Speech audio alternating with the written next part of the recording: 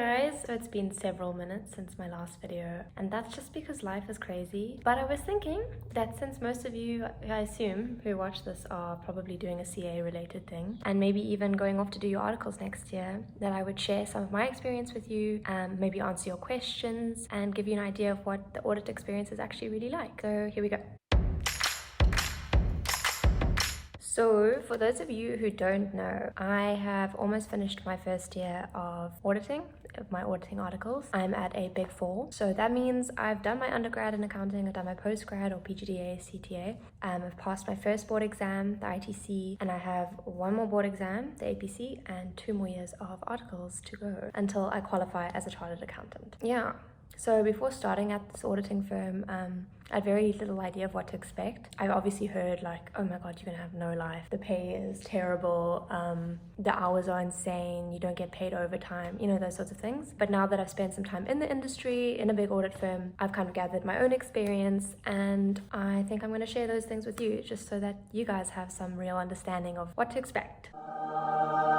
Okay, the first thing I will go over is you won't have a life. I heard that all the time, literally from everyone, like anyone who's done a CA or anyone who's been around someone who's done a CA, that's what they say. I can't speak for everyone here. Everyone is on different clients. That's the reality. Everyone has a very different auditing experience. You know, your clients might be large and have hectic deadlines, and your managers might be a bit anal or whatever. But I think, generally speaking, for a first year, it's a myth that you won't have a life. My experience is that there are going to be periods of very high intensity, and that's usually between Jan to March, or the busy season. And that's because most company year ends are in December, so they'll get the Fs out by March. So there's a lot of pressure and that sort of thing. So in this period, yeah, you're going to expect some late nights, overtime, very high pressure. I've had friends who've had to pull all-nighters at the office just to get the Fs done in time. Yeah, it might happen, but this hasn't been my experience yet, and it might not be yours. But honestly, after this busy season, and maybe even during, you will have time for your friends. You'll have time to go to the beach, go camping, knit. I have no idea what your hobbies are,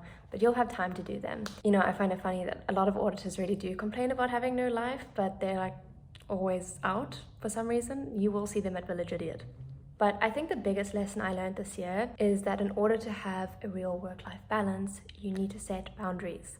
And that means saying no sometimes, which I think is a scary thing as someone, maybe you've never had a job before and this is like a real corporate job, you know, and you feel like the need to please everyone. You really don't need to when it's at the expense of your mental health. Like, say no. Obviously, if you're being paid for overtime and it's been agreed upon, or if maybe you've wasted the whole day and you know that you did not work hard enough and now you need to work a little bit extra, you know, you must do that. Use your discretion. But if a manager or someone is taking a chance just because you're a little trainee who'll say yes, then don't. Set your boundaries early so that people don't just trample all over you. Obviously, be polite. You know, you don't want to burn bridges in your team. Be a team player, but definitely balance that with yourself and don't lean into exploitative behavior. That's not it. Okay, but in summary, you will have a life probably 95% of the time.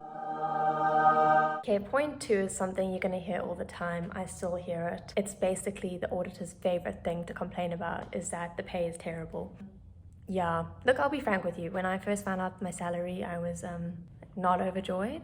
So for those entering into your auditing articles, do not expect a big salary. Do not expect to earn as much as your friends in finance or in tech. Definitely not in tech. You will be disappointed.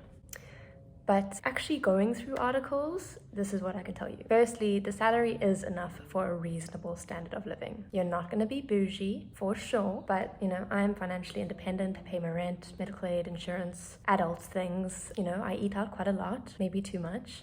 I think it's just, honestly, you just have to budget well and just know that, yeah, you're not going to be fancy. That's not it. And then, like, there are ways to make living a bit easier by sharing with people.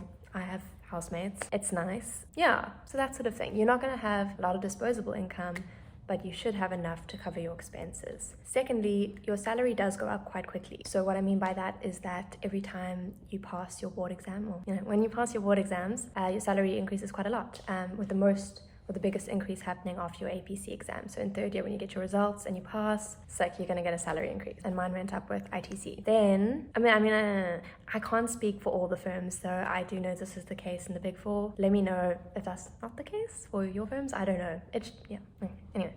And then also every year as you move up a level, so you go from an assistant to a senior to a supervisor, so first, second, third year, you are getting promoted, and so your salary will increase accordingly. And then lastly, and this is maybe a justification of why the salary is what it is that we're still learning. It sounds like I'm like really, go auditing.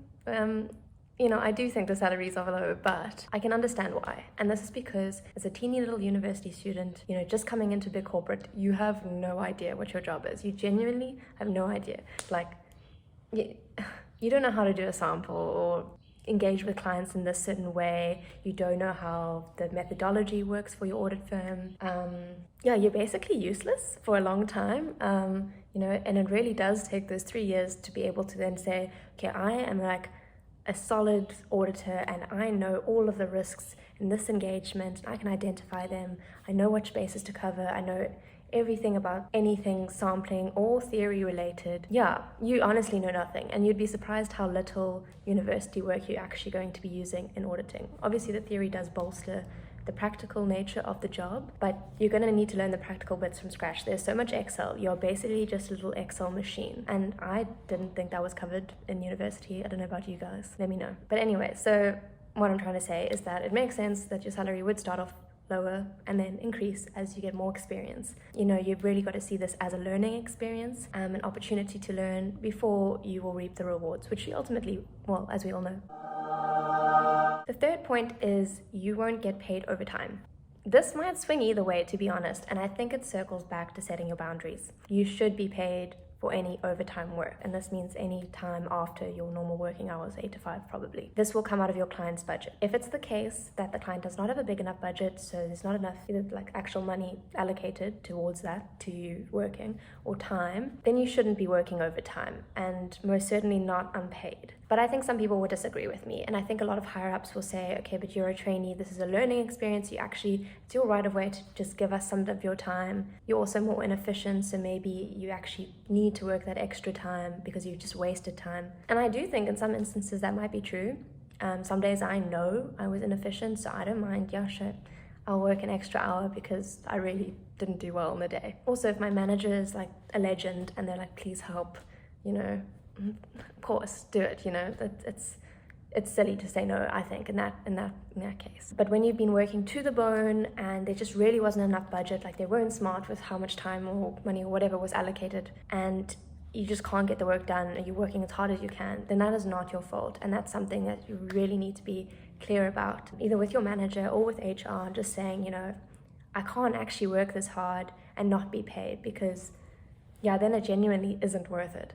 And so it really shouldn't be that you're working so hard that you're sacrificing your mental health and the job just isn't going to be a fun time for you.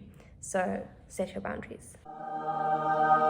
Something I've also heard is you won't be able to do your articles if you don't pass your board exams. I think people worry that if they don't pass the board exams, particularly with the ITC, because at this stage you're still a baby and you have no idea what's going to happen, you'll be kicked out of the firm or something like that. That's not true. It will not happen. Don't worry. The board exams are really difficult. They're there to challenge you. They're very broad, and maybe it's not a good exam day for you. You could fail.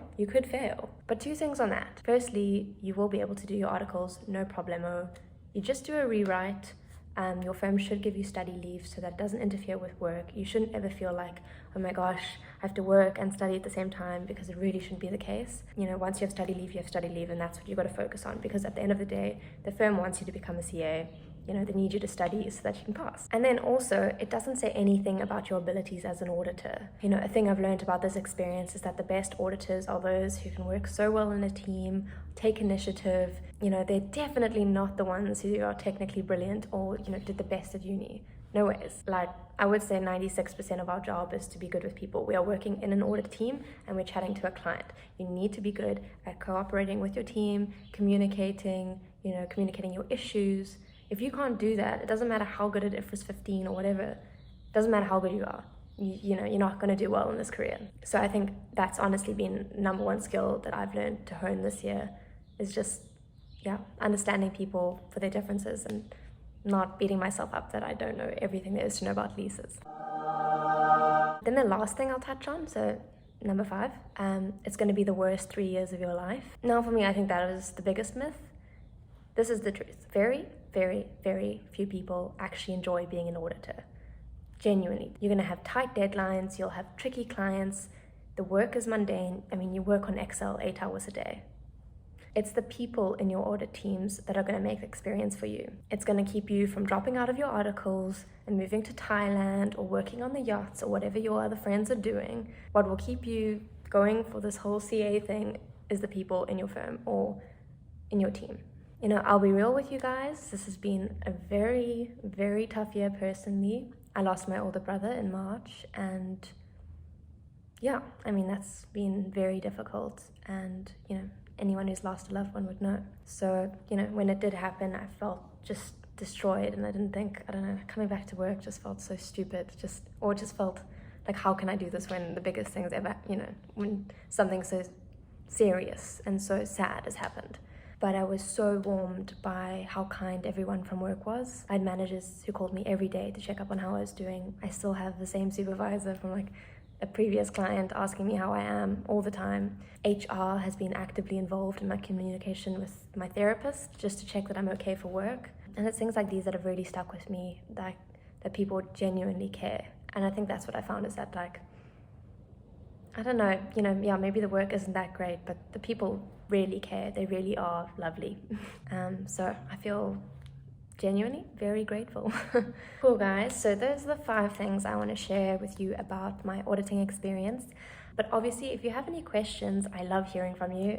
So any questions about what you think it's going to be like, if you want me to answer those questions, or if you're wondering about anything audit related, I'm here to chat. And if there are any trainees out there or managers or whatever, and you want to share your experiences, or if you disagree with me, then I also love to hear that. That's so cool. Otherwise, I hope you all have the loveliest day, and I'll chat to you soon.